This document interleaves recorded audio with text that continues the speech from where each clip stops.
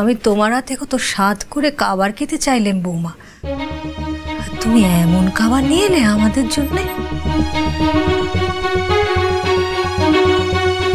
বড় মামা নিয়ে যাও সব দিদি খাবার টান করতে রাখি। সে আমি নিয়ে যাচ্ছি মা, কিন্তু আমার বৌমা এমন কাজ করতে পারে সে আমি বিশ্বাস করি না। করতে পারেনি মানে? তাহলে কে করেছে শুনি? তুমি করেছো? বাড়িতে তো কাজ করার অভাব নেই লোকের। খাবারটা তোর অন্য কেউ নয়, বৌমা নিজে হাতে করে নিয়েছে, তাইলে অন্য কাউরে দুষবো কেমন করে? রাঙা ঠাকুরজি, আমাদের চোখের সামনে যে সত্যিটা তাকে না, তার বাইরেও অনেকখানি সত্যি তাকে। তুমি থামো দেখি। এই তোমার সদের বৌমা তোমাদের জমি পিড়িয়ে দিয়েছে বলে তোমাদের নোলা ঝরছে, তাই না? হ্যাঁ দিদি, তুমি যতই মানকের বউকে আপন বাবার চেষ্টা করো, তাই কি ও কখনো ভাবে? কখনো না। তাছাড়া তোমার করা এতদিনের অপমান কি অজময়? তাই জন্যে তোমাদের এতদিনের আচার নিয়ম সব ভঙ্গ করতে এলেই নেই। কখনো না।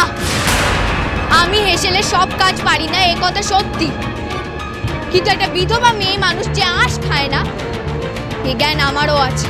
হ্যাঁ, সেই জন্যই তো তুমি ইচ্ছে করে দুধের বাটিতে ইচ্ছে করে মাছের কাঁটাগুলো মেশালে। না, কারণ আমি যদি চাইতাম তাহলে এই দুধটা আমি রাঙা পিসি, ফুল পিসি আর ঠাকমাকে খেতে দিতাম।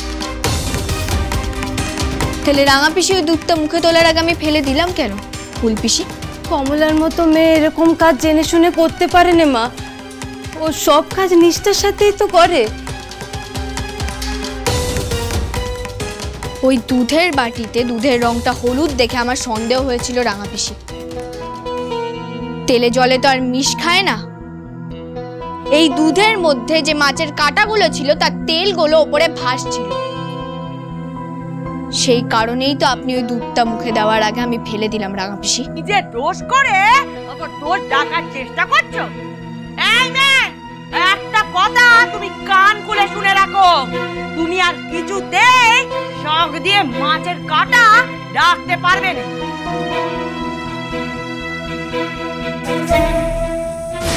আর শোনো, তুমি ওই মাছের কাঁটাগুলো দুধের বাটিতে মেশাওনি তো? কে মিশিয়েছে তোমার ভূত? ভূত কেন হবে ফুল পিসি? যে চায় না রাঙা পিসি আমার হাতে খাবার খান সেই মিশিয়েছে। কি বললে? তোমার এত বড় সাহস, তুমি আমাকে সন্দেহ করছো? তোমাকে আজ আমি মেরেই। বৌমা তো একবারও কয় নাই যে তুই চুরি করেছিস, তাই রে ঠাকুর ঘরে কে রে, আমি তো কলা খাই নাই বলে একেবারে রে করে উঠলি। তোর আংটি কানা কই সুদা? এই তো। ও মা, আমার সোনার আংটি কানা কোথায় গেলে? এই তো দিদি। এই আংটি কানা দুধের বাটিতে ছিল সুদা।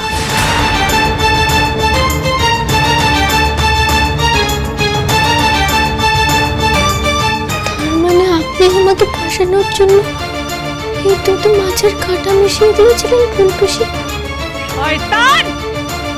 আপনার যদি আমার উপর এতই রাগ থাকে তাহলে মেরে দিন, আমাকে মেরে দিন। তো দয়া করে আমাদের আর হালাল থেকে বিপদে ফেলবেন না, একেই আমাদের বিপদের শেষ নেই। ছি ছি ছি ছি, এই অভাবের দিনে তুমি এতখানি দুধ নষ্ট করলে ফুলটা করছি। ওর চোখে ওই মাছের কাটা পুড়িয়ে দাও না বৌমা, আমি বলছি তো। না মা, দাঁড়াও। এরপরেও সুধাকে ক্ষমা করে দিবি তুই? না, আমি আজ নিজে সুধারে শাস্তি দেব। ও যখন ইচ্ছে করে অতখানি দুধ নষ্ট করেছে, তখন ওই সব দুধ এইখানে বসে ওরেই কেতে হবে। যেই দুধ মেঝেতে পড়ে আছে সেইটে চেটে কা সুধা। তুমি তোরে আমি আজ যা কইলেম সেইটাই করতে হবে।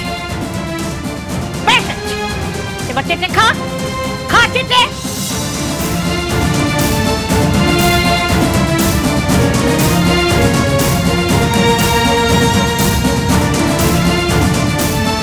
থাক ফুল পিসি, ওই দুধটা আপনাকে খেতে হবে না। তবে একটা অনুরোধ, এখন অন্য কিছুতে মন না দিয়ে ঠাকুর ঘরে গিয়ে কালকের খেলায় আমাদের জয়ের জন্য প্রার্থনা করব। কারণ এই বাড়ি থাকলেই আমরা তাহলে আচার, নিয়ম, ধর্ম কিছুরই আর মূল্য থাকবে না।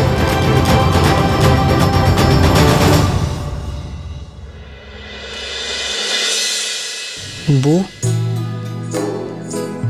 কি ভাবছো? আপনি এখনো ঘুমোননি? না, আমার ঘুম আসছে না।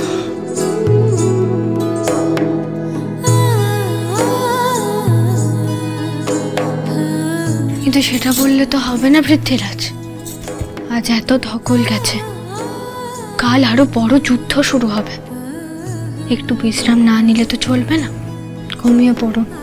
না বউ, আমার ঘুম আসছে না। ঘুমানোর তো চেষ্টা করলাম বলো, কিন্তু হচ্ছে কই। জানো, আমি এতদিন এত লড়াই করেছি, কিন্তু কোনোদিনও ভয় পাইনি। এই প্রথমবার আমার খুব ভয় করছে বউ। আমার বুকের ভেতরটা না কেমন হাঁপড়ের মতো উঠছে নামছে। দেখো, হচ্ছে না?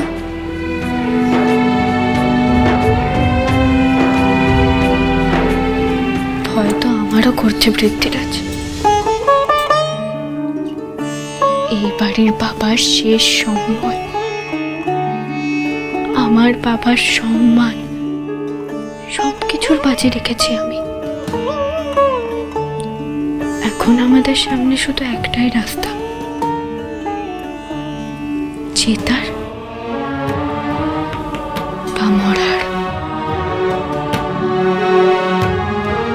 কাল মাঠে নেমে আমার ধরা বাজি, যেটা অনেকে স্বপ্ন ভাবছে সেটা আপনাকে সত্যি করতে হবে পৃথ্বীরাজ। আর আমি যদি না জিতি, আমি যদি হেরে যাইব, তখন কি তুমি আমায় ভুল বুঝবে? আমার উপর রাগ করবে তুমি?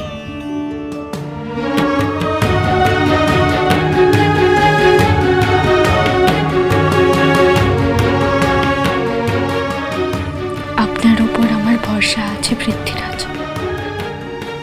আপনি জিতুন বা হারুন, আপনার কুইন অরেঞ্জ আপনার পাশে সারা জীবন থাকবে।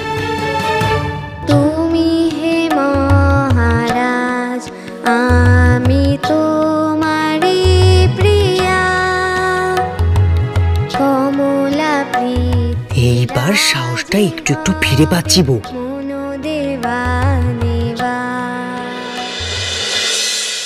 বাবার জমিদারি ওই কাকা মনির হাত থেকে আমাকে যে করে হোক ছিনিয়ে আনতেই হবে। আর এনে কি হবে? কি হবে? আমি হব বাবার পর এই ফরাসডাঙ্গার নতুন জমিদার, জমিদার শ্রী শ্রী গিরীন্দ্র রায় চৌধুরী। আশা নিয়ে না থাকো তুমি। মানে তোমার বাবা বহুদিন আগে জমিদারির বার তোমার মেজো বাইরাতে তুলে দেওয়ার মতলব কষে বসে আছেন। তুমি একটা অকাট মুখ্য বলে কিচ্ছু খবর পাও। সে কি? হ্যাঁ, তাই বলছি, সারা জীবনের এই অন্যায় প্রতিশোধ নেওয়ার এইটাই মোক্ষম সময়। তুমি শুধু আমাকে একবার আদেশ করো গিন্নি, তুমি যা হুকুম করবে আমি তাই করব। আমাদের দলে ব্যাট করার জন্য 4-5 জন খেলোয়াড় রয়েছে, কিন্তু বল করার জন্য খেলোয়াড় খুব কম। আমার মাথায় একটা বুদ্ধি এসেছে বউ। কি? ইংরেজদের হারাতে গেলে আমাদের বাঙালি বুদ্ধি খরচ করতে হবে। যেই স্বপন খুঁড়োকে পিসেমশাইরা সব থেকে বেশি হেলাফেলা করেছে, সেই কালকের খেলায় আগুনের গোলা হবে। আমারও ঠিক সেইটাই মনে হচ্ছে পৃথ্বীরাজ। আমার বুদ্ধিটা কেমন খুলতেই হচ্ছে বলো তো? হ্যাঁ, অনেক হয়েছে, এবার ঘুমাবেন, চলুন। না বউ, আজ আর ঘুম আসবে না। চলো, আজ আমরা দুজনে মিলে জানলায় দাঁড়িয়ে ভোরতে দেখি।